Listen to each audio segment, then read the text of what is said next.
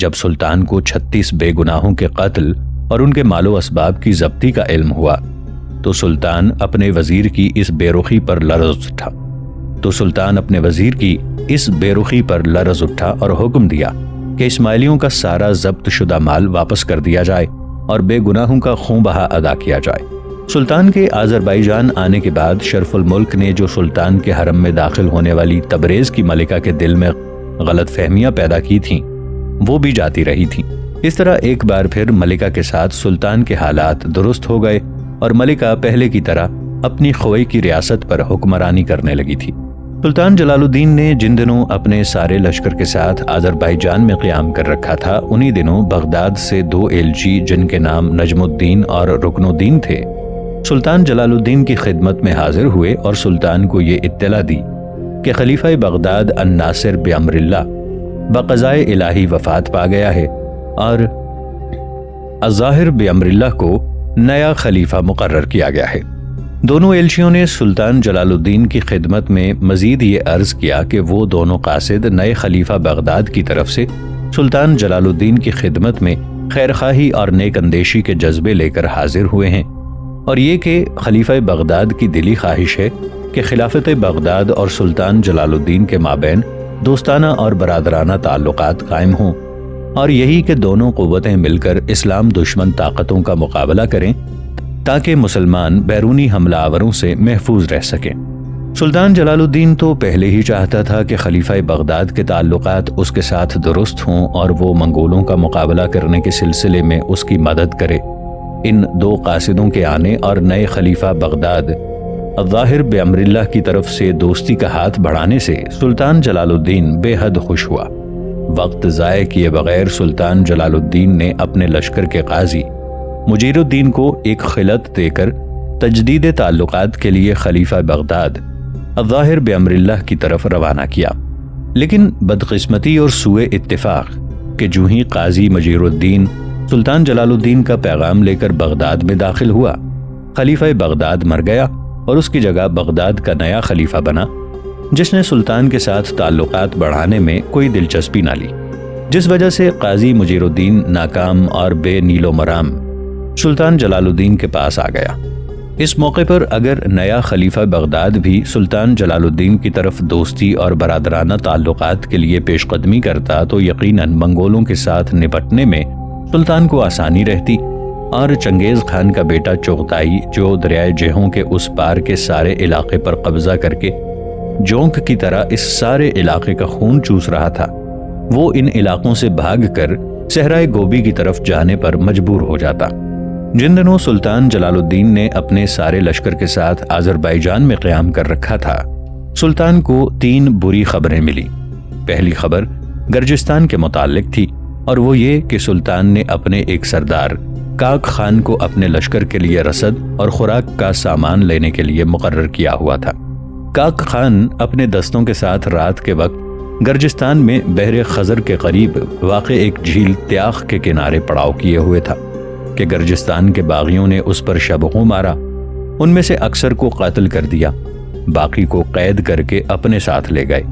دوسری بری خبر یہ تھی کہ ایک باغی گرجستان سردار جس کا نام بہرام تھا، سلطان کی گزشتہ مصروفیت سے فائدہ اٹھا کر شہر گنجا کے قرب و جوار میں لوٹ مار برپا کرنے میں مصروف ہو گیا تھا۔ لوگ اس سے تنگ اور نالاں تھے اور سلطان کے پاس وفد پر وفد بہرام کی شکایات لے کر آ رہے تھے۔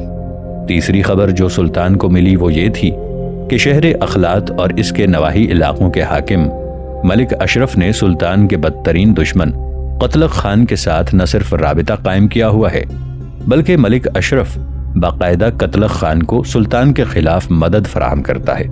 سلطان نے سب سے پہلے گرجستان کے باغیوں سے اپنے قتل ہونے والے لشکریوں کا انتقام لینے کا ارادہ کیا۔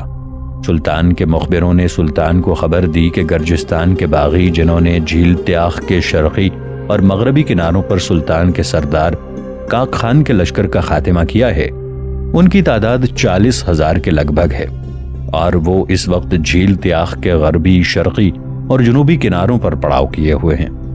سلطان نے جھیل تیاخ کی طرف کوچ کرنے سے پہلے اپنے مخبروں کے ساتھ کچھ محافظ دستے اس احتیاط کے تحت پھیلا دیے کہ انہیں کہیں گرجستان کے جاسوس دکھائی دیں تو ان کا قتل عام کر دیا جائے۔ اس طرح سلطان اپنی پیش قدمی کی خبریں گرجستانیوں تک پہنچنے نہیں دینا چاہتے تھے، اور جھیل تیاخ کے کنارے وہ اچانک ان پر حملہ آور ہو کر ان کا خاتمہ کرنا چاہتے تھے۔ جھیل تیاخ کی طرف سفر شروع کرنے سے پہلے سلطان نے اور خان اور پاسبانوں کے سپہ سالار کے ساتھ مل کر یہ فیصلہ کیا کہ جھیل تیاخ کے جنوبی کنارے پر پڑاؤ کرنے کے لیے باغیوں پر خود سلطان ضرب لگائے گا، شرقی کنارے پر اور خان حملہ آور ہوگا اور غربی کنارے کو پاسبانوں کا سپہ سالار اپنی ضربوں کا ہدف بنائے گا۔ یہ فیصلہ کرنے کے بعد سلطان باغیوں پر حملہ آور ہونے کے لیے جھیل تیاخ کی طرف کوچ کر گیا تھا۔ گرجستانی باغیوں کو خبر تک نہ ہوئی اور سلطان جلال الدین اپنے پورے لشکر کو لے کر بڑی رازداری کے ساتھ سفر کرتے ہوئے جھیل تیاخ کے کنارے پہنچ گئے۔ پھر سلطان جلال الدین جھیل کے جنوبی سمت بڑھے اور خان مشرق کی طرف اور پاسبانوں کا سپہ سالار جھیل کے مغربی جانب جا چکا تھا۔ حملے کی ابتدا خود سلطان جلال الدین نے کی اور وہ جھیل کے جنوبی باغیوں پر گرجتے بادلوں کے حشر، صحرائے وقت میں آشوب محشر، وقت کی مسافت سمیٹ کر وقت کی دہلیز پر خونخوار نزول کرنے والے عناصر کی طرح حملہ آور ہو گئے تھے۔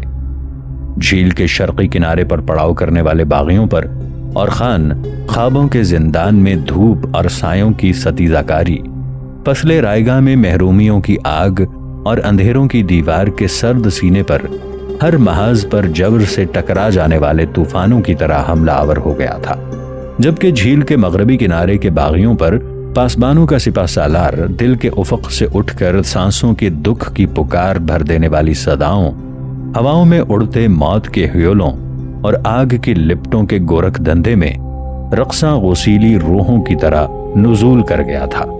سلطان جلال الدین اور خان اور پاسبانوں کے سپہ سالار کے اس شبخوں نے لمحوں کے اندر باغیوں کی حالت پر بریدہ مسافر فاختاؤں، بے آب چشموں کی اداسی، تشنہ دہن ٹوٹے خوابوں کی دھجیوں، جسم پر کوڑے برساتی تیز ہواؤں میں آنسوؤں کی بارش جیسی بنا کر رکھتی تھی۔ جلد ہی جنوب کی طرف سے خود سلطان جلال الدین اور مشرق کی طرف سے اور خان اور مغرب کی طرف سے پاسبانوں کے سپہ سالار نے ان باغیوں کو بری طرح پیستے ہوئے ان کا مکمل طور پر خاتمہ کر دیا تھا۔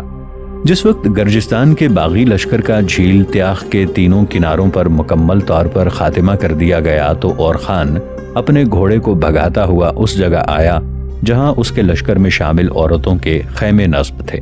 اور خان جب تیان کے خیمے میں آیا تو شاید تیان اسے دور سے ہی آتا ہوا دیکھ چکی تھی، لہٰذا جو ہی اور خان خیمے کے قریب آیا، تیان بھاگتی ہوئی خیمے سے نکلی اور جب اس نے دیکھا کہ اور خان کا لباس بری طرح خون آلود ہو رہا ہے تو وہ بڑی فکر مند ہوئی۔ وہ بھاگ کر آگے بڑھی اور اپنے دونوں ہاتھوں سے اور خان کا بازو پکڑے ہوئے اس نے بڑے تجسس، بڑے پیار، بڑی پریشانی میں پوچھا کہ آپ خیریت سے تو ہیں؟ آپ کا لباس اس قدر خون آلود کیوں ہو رہا ہے؟ اس پر اور خان مسکراتے ہوئے بولا اور کہنے لگا، دیکھ تیان، جنگ میں ایسا تو ہوتا ہی ہے، مجھے کچھ نہیں ہوا، میں خیریت سے ہوں، تو ابھی اور اسی وقت میرے ساتھ چل۔ دیکھ، پاسبانوں کے سالار نے اپنی بیوی کو جنگ میں حصہ لینے سے منع کیا تھا، لیکن اس نے اس جنگ میں اس کے پہلو بپہلو حصہ لیا اور جنگ کے دوران وہ بری طرح زخمی ہو چکی ہے، لہٰذا تیان تو میرے ساتھ چل، اپنے خیمے میں اسے لا اور اس کی تیمارداری کر۔ اس پر تیان بھاگتی ہوئی اس طرف گئی جدھر اس کا گھوڑا بندھا ہوا تھا۔ گھوڑے کو اس نے لگام چڑھائی، زین کسی، پھر ایک جست کے ساتھ وہ گھوڑے پر سوار ہوئی اور خان کے قریب آ کر وہ کہنے لگی، چلیے، وہ اس وقت کہاں ہے؟ اس پر اور خان کہنے لگا، بس تم میرے پیچھے پیچھے آؤ۔ اس کے ساتھ ہی دونوں نے اپنے گھوڑوں کو ایڑ لگا دی تھی۔ تیان بھی اپنے گھوڑے کو ایڑ لگا کر اور خان کے پیچھے جا رہی تھی، اور خان اپنے گھوڑے کو بھگاتا ہوا ایک ایسی جگہ رکا جہاں سلطان جلال الدین اور پاسبانوں کا سپہ سالار دونوں کھڑے تھے، اور ان کے سامنے زخمی حالت میں پاسبانوں کے سپہ سالار کی بیوی بیٹھی ہوئی تھی۔ اس موقع پر سلطان جلال الدین نیچے جھکے اور پیار میں پاسبانوں کے سپہ سالار کی بیوی کو مخاطب کرتے ہوئے پوچھنے لگے، میری بیٹی، اگر تم زیادہ زخمی ہو تو تمہیں لے جانے کے لیے بگھی کا بھی انتظام ہو سکتا ہے۔ اتنے میں پاسبانوں کے سپہ سالار کی بیوی کچھ کہنے ہی لگی تھی کہ اس موقع پر اور خان اور تیان دونوں میاں بیوی اپنے گھوڑوں سے اترے۔ پھر تیان سلطان جلال الدین کو مخاطب کرتے ہوئے کہنے لگی، سلطان محترم، جب میں ہوں تو میرے ہوتے ہوئے بگھی لانے کی کیا ضرورت ہے؟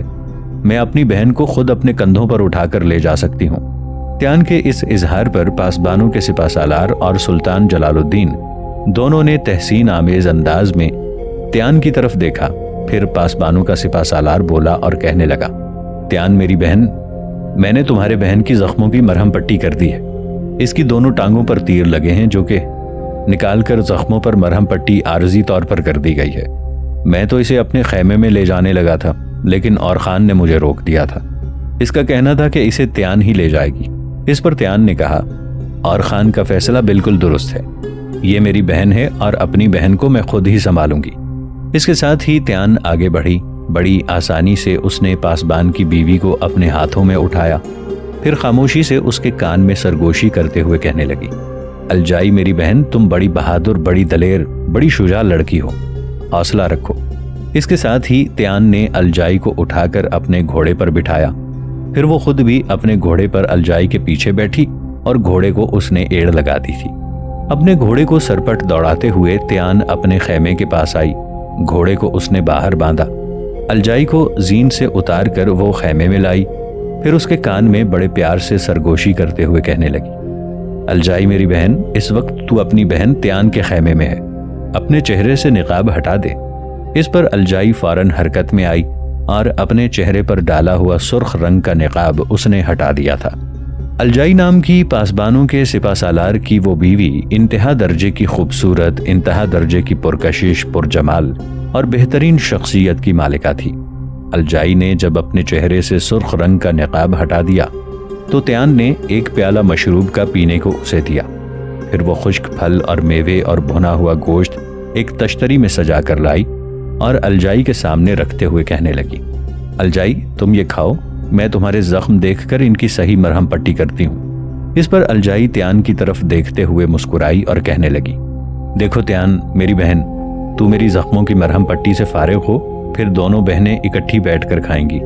اس پر تیان حرکت میں آئی۔ جلدی جلدی مرہم پٹی کا سارا سامان اس نے الجائی کے پاس رکھا، پھر جو پٹیاں الجائی کے اس کے شوہر نے باندھی تھیں وہ اتاری، زخموں کو اچھی طرح پانی میں سفوف ڈال کر صاف کیا، پھر اس نے بڑی ہی دل جمعی کے ساتھ الجائی کے دونوں زخموں پر پٹی باندھی۔ اس کے بعد الجائی کا ہاتھ تھپ تھپاتے ہوئے کہنے لگی، الجائی میری بہن، زخم کوئی خاص گہرے نہیں ہیں، میرے خیال میں 2-3 دن تک بالکل ٹھیک ہو جائیں گے، فکر مند ہونے کی بالکل ضرورت نہیں ہے۔ اب تو میرے ساتھ بیٹھ کے کچھ کھا پی، منہ بند رکھ کے تو گزارا نہیں ہوگا۔ اس پر الجائی مسکرائی اور وہ تشت میں رکھے ہوئے میووں اور خشک گوشت کی طرف ہاتھ بڑھانے ہی لگی تھی کہ اس وقت خیمے میں اور خان اور پاسبانوں کا سپہ سالار دونوں داخل ہوئے۔ اور خان کو دیکھتے ہی الجائی پھر اپنے چہرے کو سرخ نقاب سے ڈھانپنا چاہتی تھی۔ اس موقع پر پاسبانوں کا سپہ سالار بولا اور مسکراتے ہوئے کہنے لگا، دیکھ الجائی، اب تمہیں اور خان سے پردہ کرنے کی ضرورت نہیں ہے۔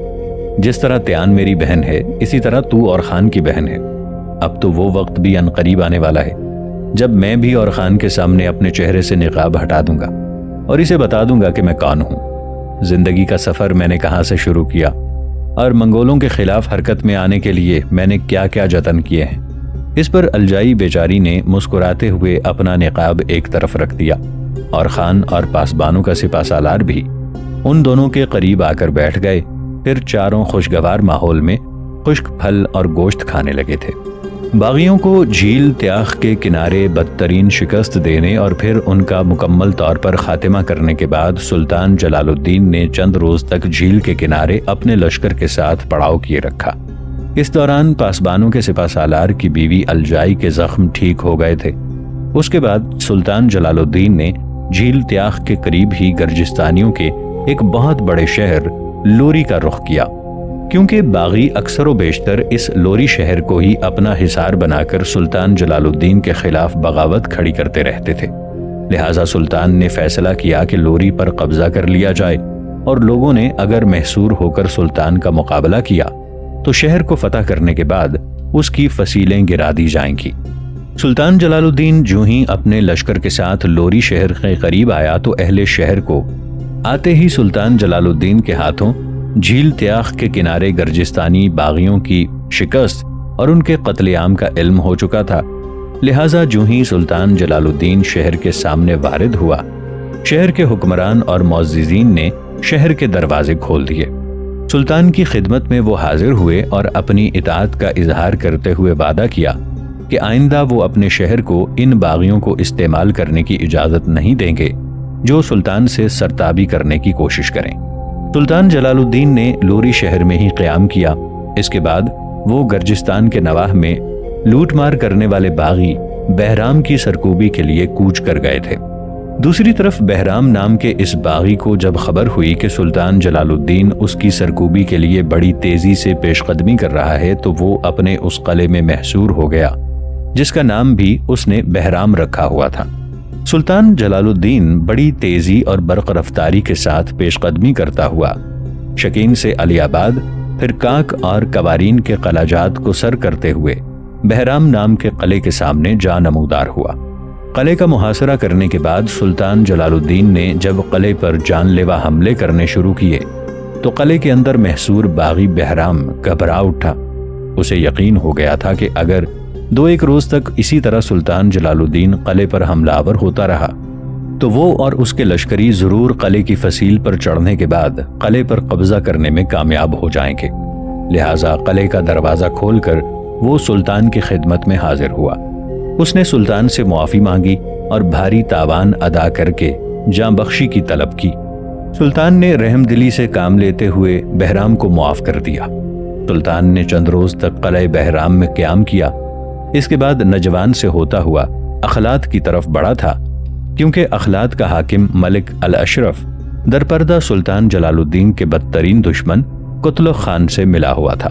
لہٰذا سلطان جلال الدین ہر حال میں حاکم اخلاط کی سرکوبی کرنا چاہتا تھا تاکہ آنے والے دنوں میں اخلاط کا حاکم ملک الاشرف قتلغ خان سے مل کر سلطان کے لیے کسی قسم کا خطرہ ثابت نہ ہو۔ لہٰذا سلطان جلال الدین نے آگے بڑھ کر اخلاط شہر کا محاصرہ کر لیا۔ اس محاصرے کے شروع میں ہی سلطان جلال الدین کو مختلف حادثات اور واقعات پیش آئے۔ پہلا واقعہ الجبل کے حکام اصفہید کی طرف سے تھا۔ جن دنوں سلطان جلال الدین نے اخراط شہر کا محاصرہ کیا ہوا تھا، حاکم الجبل اصفہید کا برادر نسبتی عطر خان سلطان جلال الدین کی خدمت میں حاضر ہوا اور سلطان پر اس نے یہ انکشاف کیا کہ اس کا برادر نسبتی جو الجبل کا حاکم ہے وہ بھی درپردہ سلطان جلال الدین کے بدترین دشمن قتلغ خان کے ساتھ ملا ہوا ہے۔ حقیقت ایسی نہیں تھی۔ حاکم الجبل اصفہید قتلغ خان کے ساتھ ملا ہوا نہیں تھا، بلکہ عطر خان خود بڑا تنگ دل، حاسد اور کرودی تھا، اور وہ اپنے بہنوئی اصفہید کو دل سے برا جانتا تھا۔ اس لیے اس نے اپنے عزیز کے خلاف کان بھرنا شروع کر دیے۔ عطر خان کی گفتگو سے سلطان بدگمان ہو گیا، لہٰذا اپنے لشکر کا ایک حصہ سلطان جلال الدین نے حاکم الجبل اصفہید کو گرفتار کرنے کے لیے بھیجا۔ لشکر کے اس حصے نے اصفہید کو گرفتار کر لیا اور سلطان نے اسے قید میں ڈال دیا۔ اصفہید کو سلطان جلال الدین کی خدمت میں حاضر ہو کر اپنی صفائی پیش کرنے کا موقع نہیں ملا تھا اور اس کو الجبل میں ہی گرفتار کر کے قید میں ڈال دیا گیا تھا۔ لہٰذا سلطان جلال الدین کی طرف اصفہید نے پیغام بھیجا کہ آپ کسی قابل اعتبار درباری کو روانہ کر دیں اور مجھے بلا لیں کہ مجھے آپ سے کچھ گزارشات کرنی ہے۔ سلطان نے اپنے کاتب ابن احمد کو حکم دیا کہ وہ اصفہید سے قید خانے میں جا کر ملے۔ سلطان کا کاتب ابن احمد جب اصفہید سے ملا تو اصفہید نے احمد کو بتایا کہ اطرار خان نے جو کچھ میرے خلاف سلطان کو بتایا ہے وہ سراسر غلط ہے۔ یہ شخص خود بڑا بدنیت اور بدتینت ہے، جس نے خامخواہ سلطان سے غلط بیانی کر کے سلطان کو میرے متعلق بدگمان کر دیا ہے، حالانکہ حقیقت اس کے بالکل برعکس ہے۔ حقیقت یہ ہے کہ اس عطر خان نے مجھ سے سلطان کے نام پر کئی مرتبہ بڑی بڑی رقمیں ہتھیائی ہیں اور مجھ سے کہا کہ وہ سلطان جلال الدین کی مدد کرنا چاہتا ہے کیونکہ سلطان منگولوں کے خلاف برسر پیکار ہے، لیکن وہ رقم اس نے سلطان کو نہیں دی بلکہ خود ہی ہضم کر گیا۔ چونکہ عطر خان ڈرتا ہے کہ اس کی غداری اور بددیانتی کا راز افشا نہ ہو جائے، اس لیے اس نے میرے خلاف سلطان کو بدگمان کر دیا ہے۔ سلطان جلال الدین کے کاتب نے واپس آ کر اصفہید کے کہے ہوئے یہ سارے واقعات سلطان کی خدمت میں بیان کر دیے۔